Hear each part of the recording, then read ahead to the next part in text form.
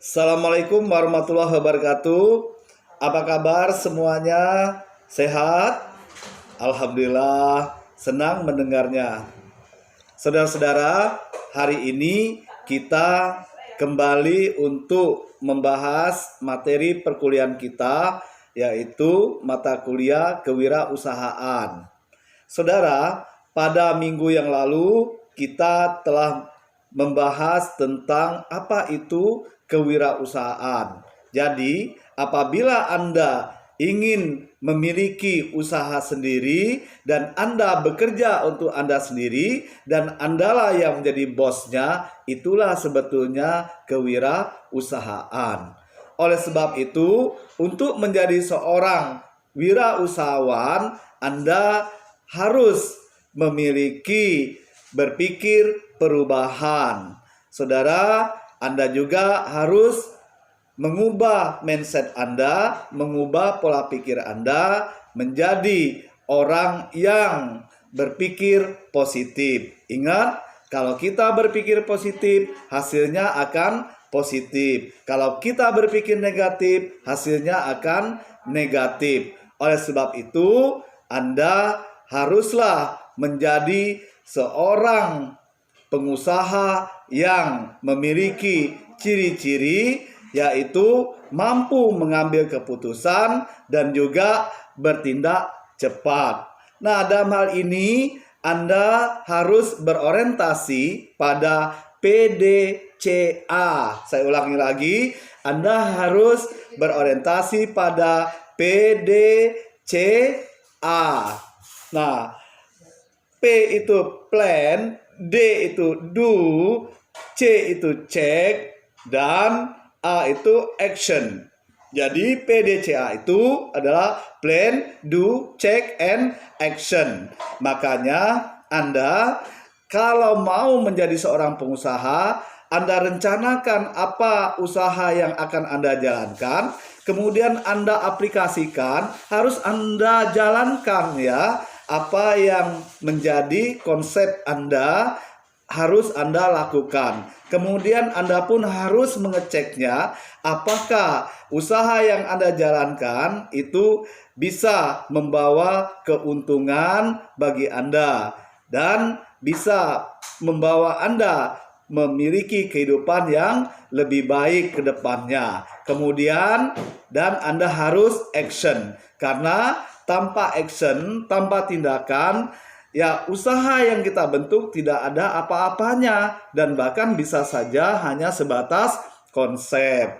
Oleh sebab itu, Anda harus menghindari yang namanya NATO, no action, talk only. Nah, kalau Anda menjadi seorang NATO, ini hasilnya ya gosip. Kemudian Anda bisa menimbulkan konflik, ya kan? Nah, kemudian hindari juga yang namanya nado. Ada tidak yang namanya nado di sini? Nah, nado itu no action, dream only. Itu hasilnya apa? Coba. Ya betul, hasilnya berupa visi kita. Visi itu bisa berupa cita-cita, hanya sekedar cita-cita, tapi kan kemudian bisa saja berupa karya seni. Nah, yang kita inginkan bagaimana cara kita itu bisa menghasilkan usaha kita pada hari ini dan seterusnya, sehingga kita mendapatkan uang yang banyak. Dan juga hindari kata nako. Nako itu no action, concept only. Nah, kalau Anda bersikap nako, berarti hasilnya nanti ya teori melulu.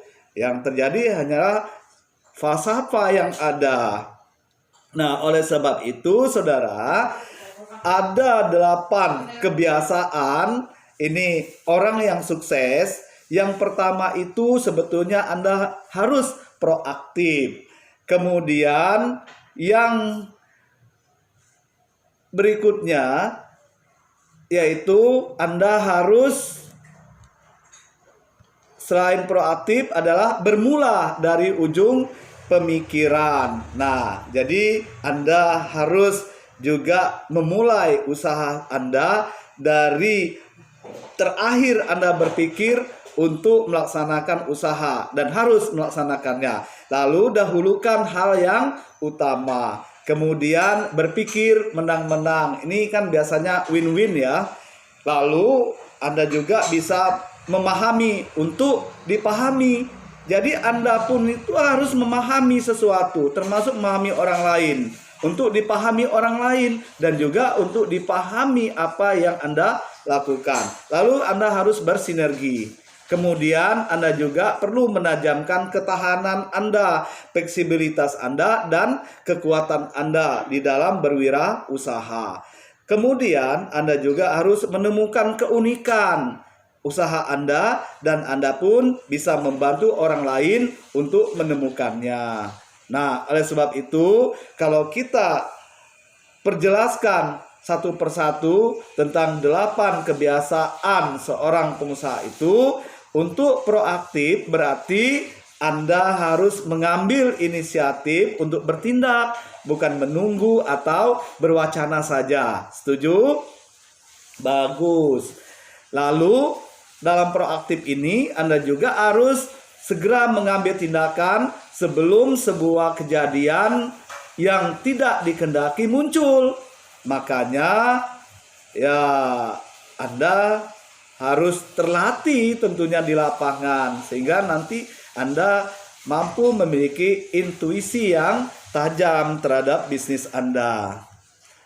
Lalu bermula dari ujung pemikiran. Ini maksudnya Anda itu tidak sekedar tujuan saja ya, tetapi tujuan yang benar. Agar mencapai tujuan yang benar, maka coba Anda tuliskan misi pribadi hidup Anda yang menggambarkan tujuan dan citra diri Anda. Kemudian misi pribadi itu ditemukan melalui serangkaian tindakan atau kejadian-kejadian pahit sehingga membentuk kebajikan dan juga filosofi hidup. Itu apabila Anda ingin menjadi seorang pengusaha yang sukses. Lalu saudara, ini Anda juga dapat dahulukan hal yang utama. Nah, di sini jadikanlah kebiasaan Anda di sini ini berkaitan dengan sikap Anda ya yang selalu mengedepankan prioritas. Nah, sebaiknya Anda bisa membedakan antara urgen dan penting. Apa itu urgen? Ayo, siapa yang tahu? Nah, urgen itu adalah situasi yang mendesak. Sedangkan penting itu membutuhkan perhatian yang besar. Nah, oleh sebab itu, ya silakan saja Anda mulai untuk ya merencanakan, mengembangkan hubungan, memanfaatkan peluang-peluang dan juga recharge pengetahuan sehingga hal ini mana yang akan Anda dahulukan, mana yang akan Anda ya singkirkan sehingga nanti Anda akan menjadi seorang pengusaha yang sukses. Nah, kemudian ingat bahwa tidak semua masalah itu harus menjadi prioritas ya. Ingat, manusia yang gagal adalah manusia yang tidak bisa membedakan mana pekerjaan prioritas dan bukan. Oleh sebab itu, Anda harus berpikir baik-baik untuk mengambil sebuah keputusan. Nah, kemudian Anda pun bisa berpikir menang-menang atau win-win.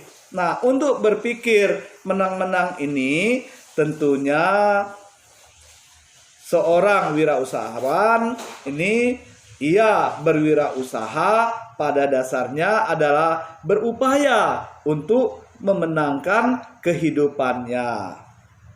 Nah, jadi saudara, hal ini harus Anda cermati ya, karena jangan sampai Anda itu ya mengambil keputusan yang salah sehingga kegagalan akan Anda alami. Sebetulnya salah satu contoh saja seperti ini. Jika saya menang, Anda kalah atau rugi, saya hanya menang sekali saja. Nah, kalah, Anda menang. Anda hanya bisa menang sekali saja. Ya, jika saya kalah dan Anda juga kalah, buat apa kita teruskan kerjasama ini? Nah, kemudian jika saya menang dan Anda juga menang, kita akan berjalan beriringan, saling perbaiki, kekal abadi. Sebetulnya inilah yang harus kita cermati untuk berpikir menang-menang. Berarti sama-sama untung. Jangan sama-sama jangan salah satunya rugi dan salah satunya untung. Jadi kalau kita bekerja sama ya harus sama-sama untung. Begitu. Nah, kemudian kita juga harus memahami untuk dipahami.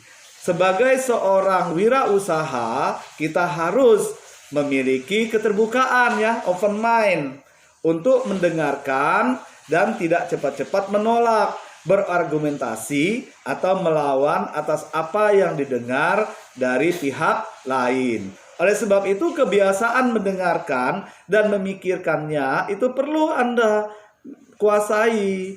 Dan juga Anda harus ada usaha menempatkan diri kita itu pada posisi orang lain. Bagaimana kalau kita menjadi orang lain? Nah, ini yang harus kita pelajari ya, kalau kita mau sukses. Lalu, saudara, kita harus bersinergi. Nah, seorang wirausaha itu harus mencari sinergi, yaitu suatu total yang lebih besar dari penjumlahan elemen-elemen tunggalnya. Nah, sinergi di sini, sinergi yang efektif, ini yang sangat bergantung pada komunikasi kita. Oleh sebab itu, sebetulnya ya kita harus kooperatif, mendengar, merespon apa yang kita lakukan bersama rekan usaha kita. Makanya sekarang silakan cari rekan usaha yang saling melengkapi, yang berorientasi pada sinergi, agar Anda dapat berorientasi pada tindakan. Nah, kemudian Anda juga harus menguasai menajamkan ketahanan, juga menajamkan fleksibilitas dan juga kekuatan. Nah, apa upaya yang Anda lakukan?